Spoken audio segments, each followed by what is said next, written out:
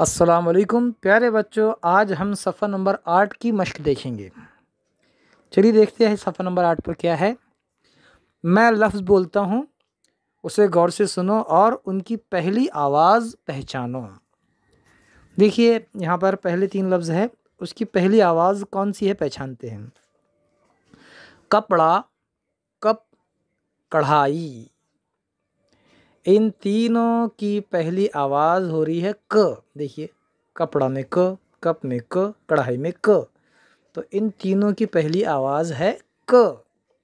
क इस आवाज़ को इस अलामत से ज़ाहिर किया जाता है, इसे कहते हैं काफ।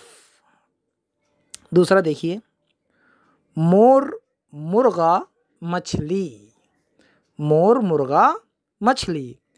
इन तीनों लफ्ज़ों के शुरू की जो आवाज़ है वो है म। देखिए मोर म, मुर्गा म, मछली म।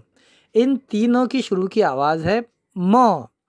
म इस आवाज़ को इस अलामत से ज़ाहिर करते हैं, इसे कहते हैं मीम। नीचे के 3 लफ्ज़ देखिए, बतख, बिल्ली, बकरा।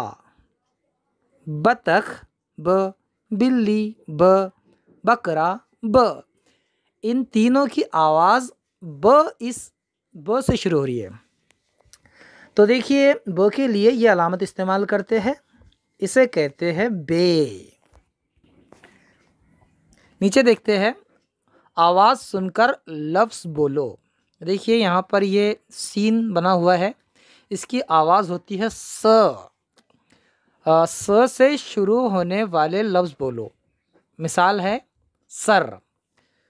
मिसाल के तौर पर आपको एक मिसाल दी गई है सर। अब आप स इस आवाज़ से कौन कौन से लफ्ज़ शुरू होते बोलिए। बोल सकते हैं आप, जैसे संतरा, सलीम, सब्ज़ी, सालन, साजिद। सीन से बहुत सारे लफ्ज़ बनते हैं। ऐसे ही नीचे देखिए, ऐसा लफ्ज़ बोलो जिसके बीच में स यानी सीन आता हो। मिसाल के तौर पर यहाँ दिया हुआ है किसान। आप बोलिए, हाँ, मुस्कान, मुसलमान, मौसम, तस्लीम। बहुत सारे लफ्ज़ के बीच में स की आवाज़ आती है। ऐसा लफ्ज़ बोलो जिसके आखिर में सीन आता हो। मिसाल है आखिर में आता है। देखिए यहाँ पर बस, बस के आखिर में यहाँ पर स की आवाज़ है।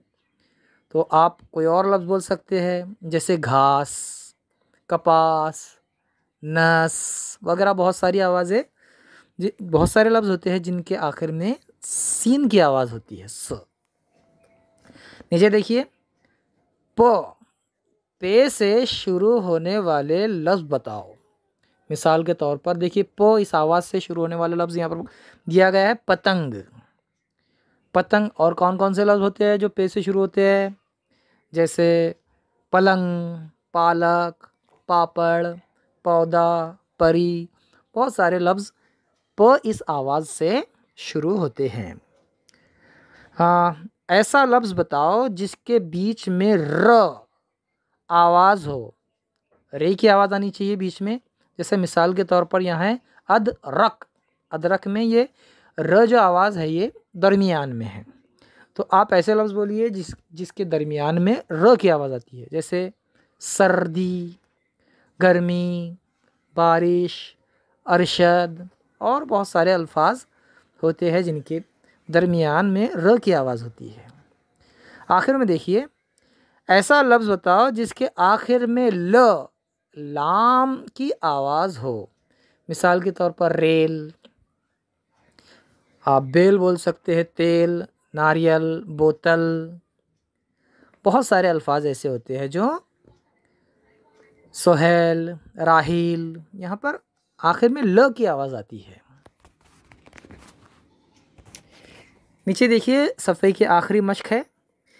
नीचे कुछ शक्लें दी हुई हैं, हर ग्रुप में से अलग शक्ल पहचान कर उसके गिर्द दायरा बनाओ। देखिए यहाँ पर एक ही लाइन में आपको, जैसे यहाँ पर दिखाई दे रहे हैं सेब नज़र आ रहे हैं, लेकिन इन सेब में से एक सेब की शक्ल जो है वो अलग है। आपको पहचानना होगा वो शक्ल कौन सी है जो बिल्कुल अलग है। यहाँ पर देखिए ये जो दूसरे नंबर का सेब है उसको पत्ते नहीं हैं और उसका रुख भी तब्दील किया गया है, तो ये अलग है, इसलिए इसके गिर्द हम बनाएंगे दायरा।